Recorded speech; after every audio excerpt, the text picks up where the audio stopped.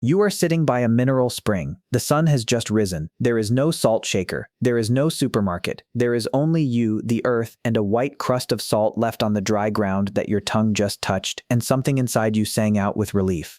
And somewhere at some point, one of your ancestors licked that salty taste and felt their body respond in the strangest way. This is the story of humans craving salt. Not the salt on a plate of French fries, not the price wars at the counter, not the cardiologists nagging about you eating too salty. We are talking about the pull that existed before you, the reflex that makes a bland dish suddenly feel like something is missing, the craving so sharp and specific that you can feel it right now if you go without it long enough, because this is something no one told you. Your body guards salt like a treasure, stores it, screams for it when it is lacking. Your ancestors once traded even gold for it, built roads just to find it, and sometimes fell down dead because they did not have enough of it. The three liquids flowing in your body right now, tears, sweat, blood, are all almost as salty as an ancient sea. But the real question is not how valuable salt is, but do you really crave it? Let us begin with the sea, because before you can crave salt, your body must need salt first. And salt has been part of the story of life for a span of time so long it is almost impossible to grasp. The first life did not appear on land, it appeared in the sea, in a salty solution full of sodium, and the earliest primitive cells evolved in that salty environment for billions of years.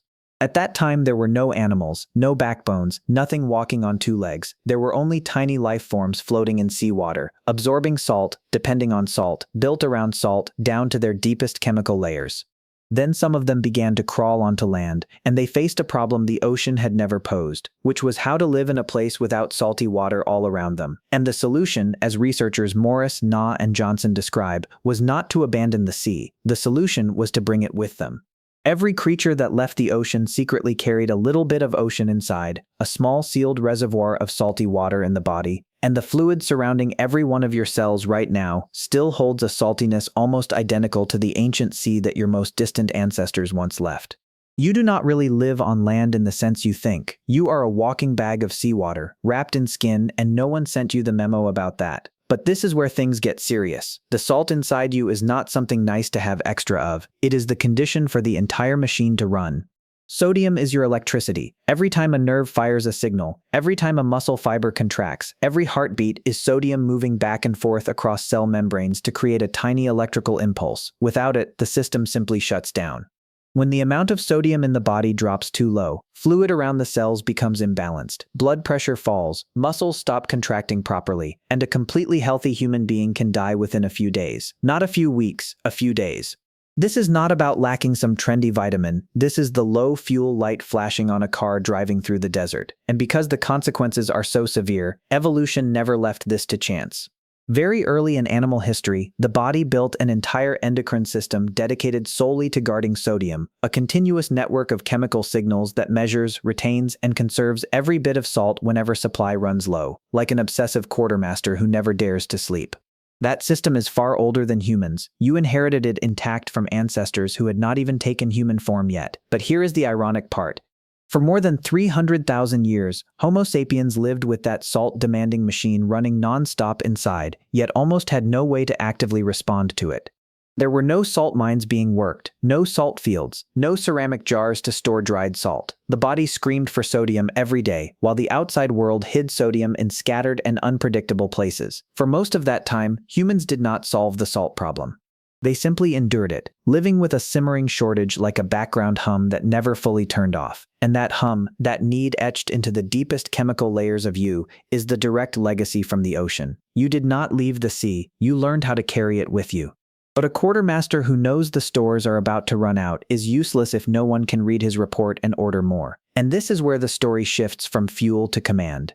Your body does not just consume sodium, it also has a dedicated apparatus to make you go search for sodium when it is low, and that apparatus is more sophisticated than anything you imagine about an ordinary food craving. It starts right on your tongue. Of all the tastes humans perceive, salty is processed in a uniquely special way, with dedicated sodium sensing channels that exist almost solely to detect one thing: salt. Your body does not waste an entire tasting system on something unimportant. But the tongue is only the entrance. The real story lies deep in the brain. Remember that ancient endocrine system guarding sodium from earlier, that obsessive quartermaster who never sleeps. Its key hormone is called aldosterone, and it does not just order the kidneys to hold on to salt. When the sodium in your body drops, aldosterone increases and part of it goes straight to the brain to flip a switch. That switch is a small group of nerve cells named HSD2, nestled in a structure called the nucleus of the solitary tract in the brainstem, the area that receives signals from the heart, lungs, and gut. And here is the number that makes this almost absurd. In a human brain containing about 86 billion nerve cells, the HSD2 group has only about 958 neurons, not 958,000, 958, a number you could count almost completely in one afternoon. Yet your entire salt craving, that ancient pull that followed your ancestors through 300,000 years, seems to hang entirely on that tiny dot of neurons. In 2024, a research team at the University of Iowa tracked this group of cells and described it with a phrase worth pausing on. They called it possibly the most sophisticated cell-specific behavioral dependence ever known in the mammalian brain. In other words, few behaviors of a complex creature are bound so tightly to such a small group of cells, and they proved it in both directions. When they stimulated the HSD2 group, the animal would rush to eat salt frantically, devouring amounts of sodium far beyond need. And when they destroyed more than half of those neurons, the salt craving disappeared almost completely. The animal became indifferent to sodium even when its body was deficient. But here is the sharpest detail. Destroying that group of cells did not affect thirst for water. The animal still drank normally, still sought water normally. Only one thing was switched off: the desire for salt. That shows this is not some vague general craving, but a dedicated circuit, separated out, reserved for one single task among all your survival needs. Think about what that implies. In your body there is a salt thermometer, and it is not placed somewhere just for show. It is wired directly into an alarm system built before you were born. A system so sensitive it can detect deficiency and turn it into a conscious desire you can feel right now if you go without salt long enough. That feeling that a bland dish suddenly seems to be missing something, that vague pull toward the salty taste when you are tired or dehydrated, that is not habit, not preference, not you being spoiled. That is 958 cells doing exactly the job they evolved to do, shouting an ancient command through the only loudspeaker they have. An entire survival instinct hangs on fewer neurons than the ones you kill every time you bump your head. Now let us step out of the body and look at history, because that group of 958 cells did not just shape the behavior of one human, it shaped entire civilizations. If salt were just a seasoning, it would never have left marks in human language, law, and war the way it did. But it did. Take the very word you use for wages. Salary in English comes from the Latin salarium, tied to salt and to the payments for Roman soldiers marching along the Via Salaria, the ancient salt road leading into the city of Rome. The fact that a road was named after salt says it all, because no one names roads after something easy to find. On the edge of the Sahara, in cities like Timbuktu, there were periods when salt was weighed equal to gold, weight for weight, a block of salt placed on one side of the scale and gold piled on the other until balanced. Let that number sink in. The white stuff you sprinkle on French fries without even looking was once as expensive as the metal people killed each other to possess. The ancient Egyptians pushed salt all the way into the realm of death, using natron, a sodium compound taken from dried lake beds, to preserve bodies. And because salt was so precious, early states understood something that nutritional science would confirm much later: that whoever controlled salt controlled everything. In 18th century France, the salt tax known as the gabelle was one of the most hated tools of power, applied unfairly between regions, enforced brutally, gradually feeding the rage that finally helped ignite the French Revolution. In 1930, when Gandhi led thousands on a march to the sea to make their own salt, it was not a protest about seasoning. It was a revolt against an empire taxing the very substance that the bodies of 1 billion people needed to live. Salt was essential enough to topple governments. But if you think it all started with literate empires with armies and taxes, this is where the timeline collapses under your feet. In 2011, archaeologist Olivier Weller of the CNRS announced a discovery from the Lunca site in northeastern Romania, dating to about 6,000 years before the Common Era, that is 8,000 years ago. That was not a place where people happened to lick salty rocks.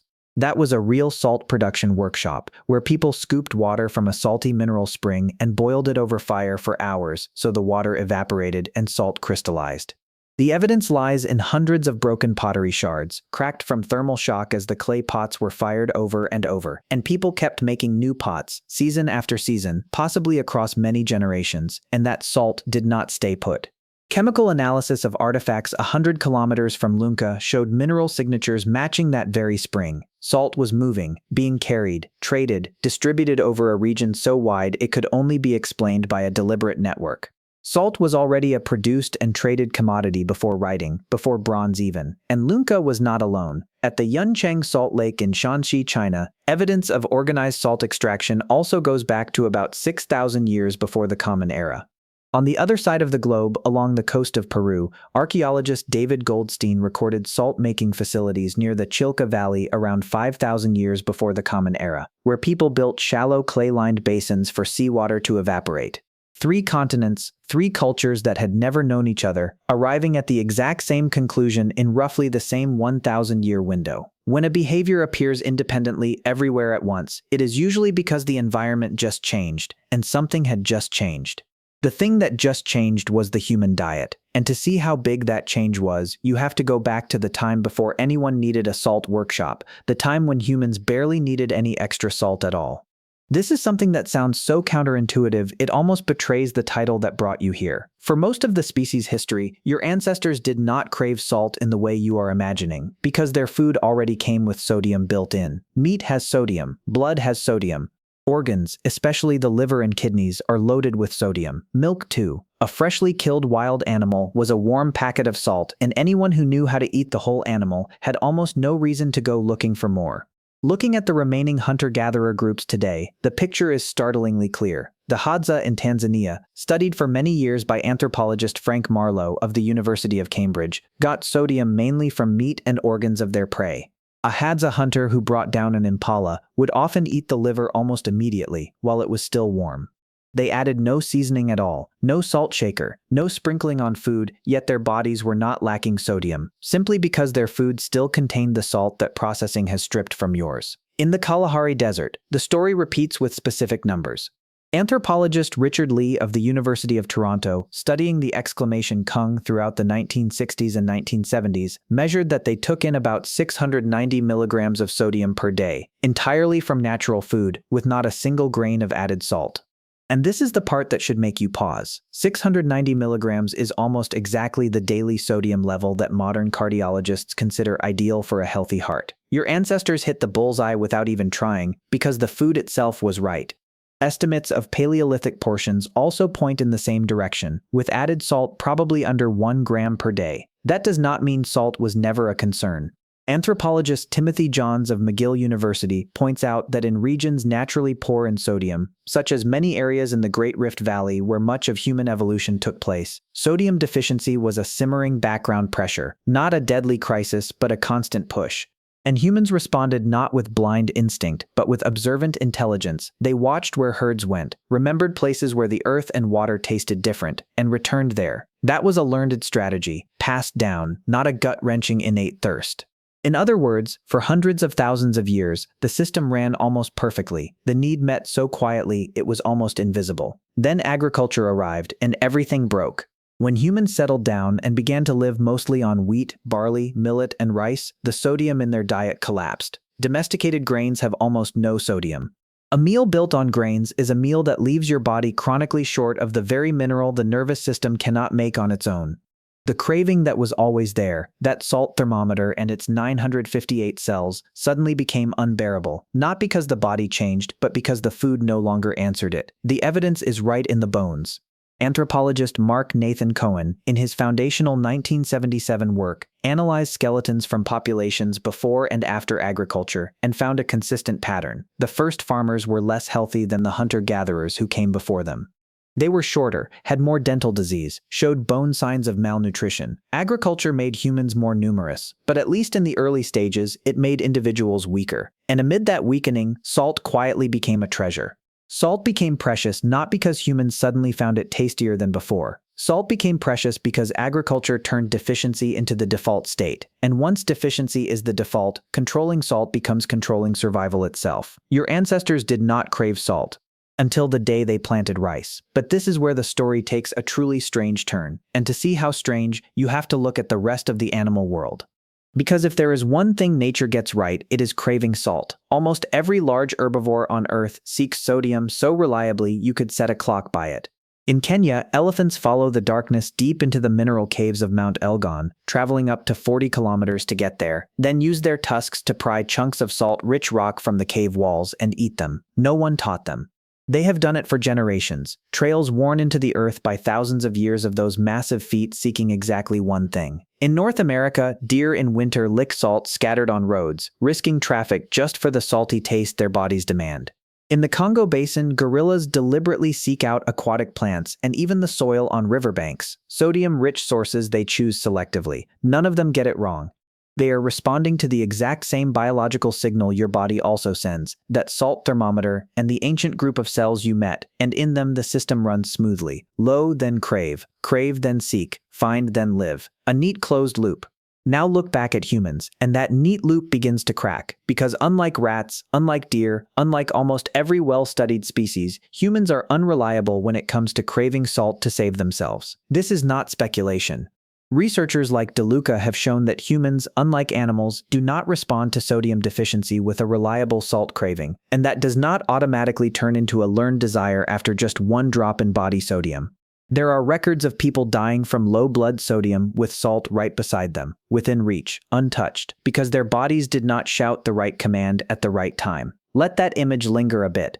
The elephant travels 40 kilometers through the night to find salt, while a human can die next to a handful of salt without being driven to bring it to their mouth.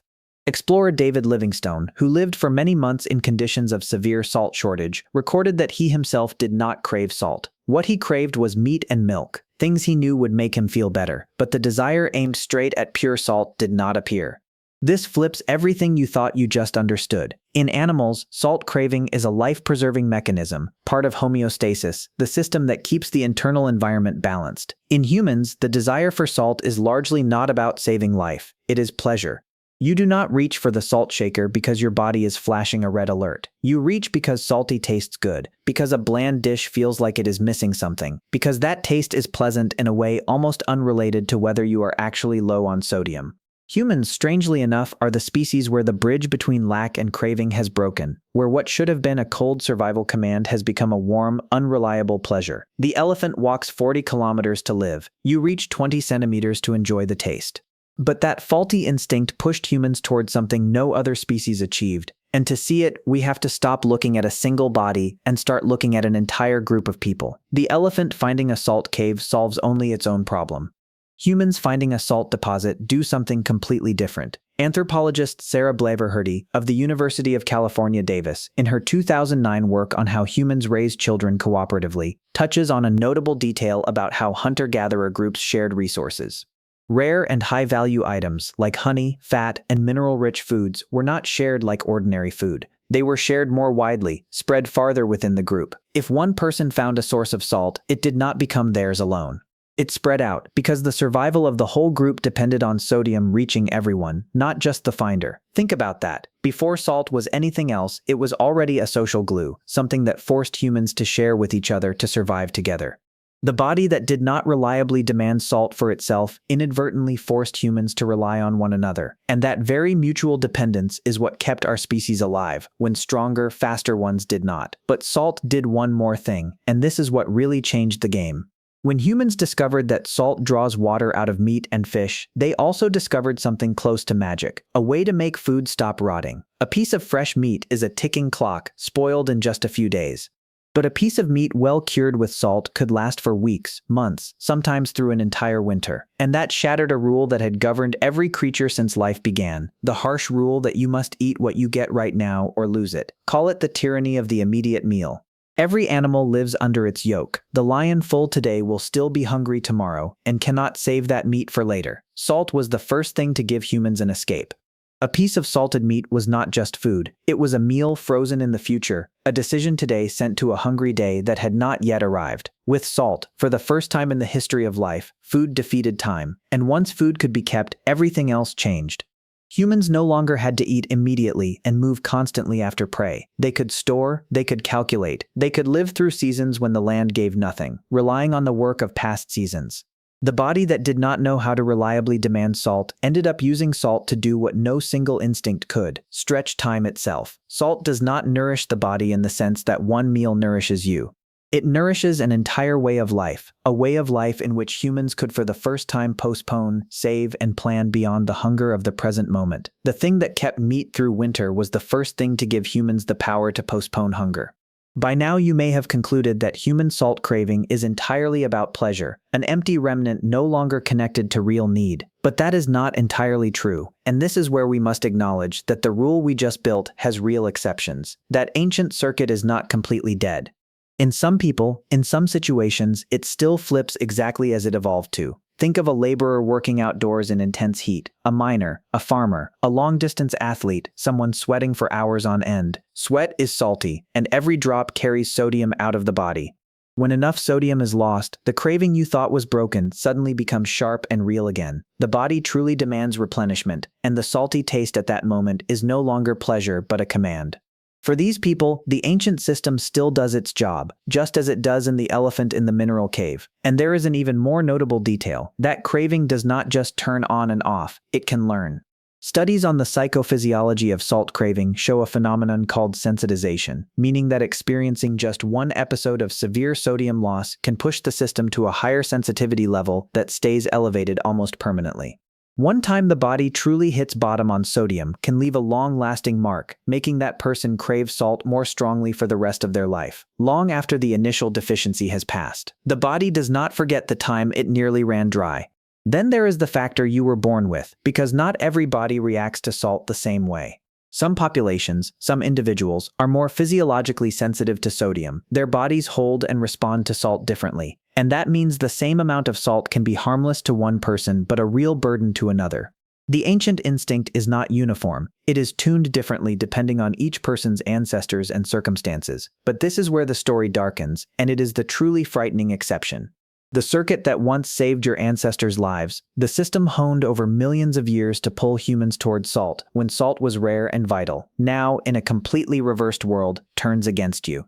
When sodium is no longer rare but everywhere, the craving still pulls you toward it without knowing the rules have changed, and chronically high salt intake in the modern body is linked to high blood pressure and a host of cardiovascular problems that silently accumulate over years. This is the cruelest part of the entire story. The instinct is not wrong. It has never been wrong. It is still doing exactly what it always did, pulling you toward a mineral that once meant life or death. Only the world beneath it has quietly changed, turning a survival command into a slow danger. The same craving that once kept your ancestors alive is now quietly killing you. And that leads to one final consequence, a consequence so strange it almost closes the entire circle of the story. That group of 958 cells you met, that tiny salt thermometer in the brainstem, has now become something modern medicine actively targets, a target for intervention, for adjustment, for designing drugs that act on it to control the very problems the salt craving helped cause. Pause on that irony for a moment. The circuit that was once the key to your ancestors' survival now sits on researchers' tables as something that needs to be restrained. But to understand why it is so hard to restrain, you have to look at how it rewards you.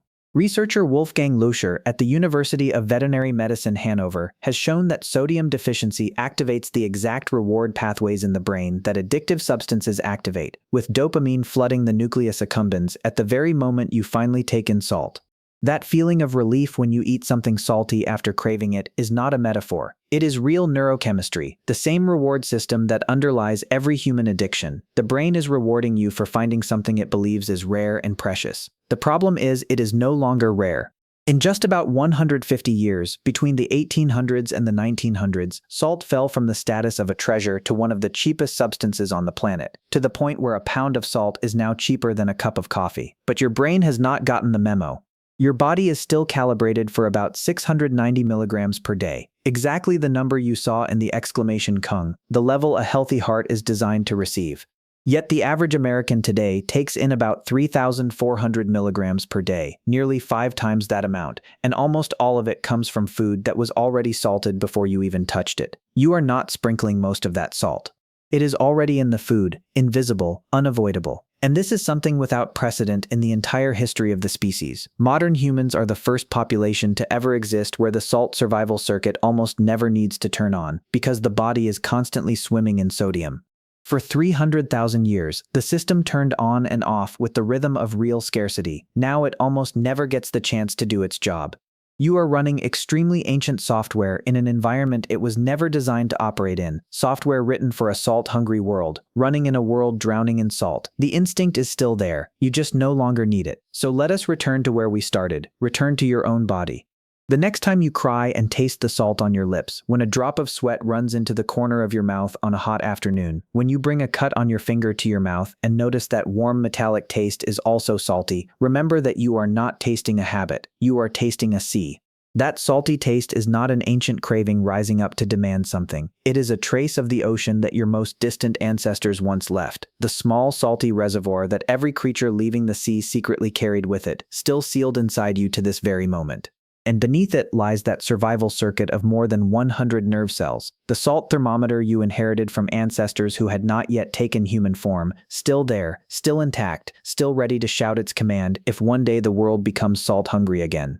Only it almost never has to do that work anymore, because the hunt is over. That long search that once led humans across deserts, boiling pots of seawater dry, trading even gold and sometimes lives for a handful of white crystals, that hunt is now finished.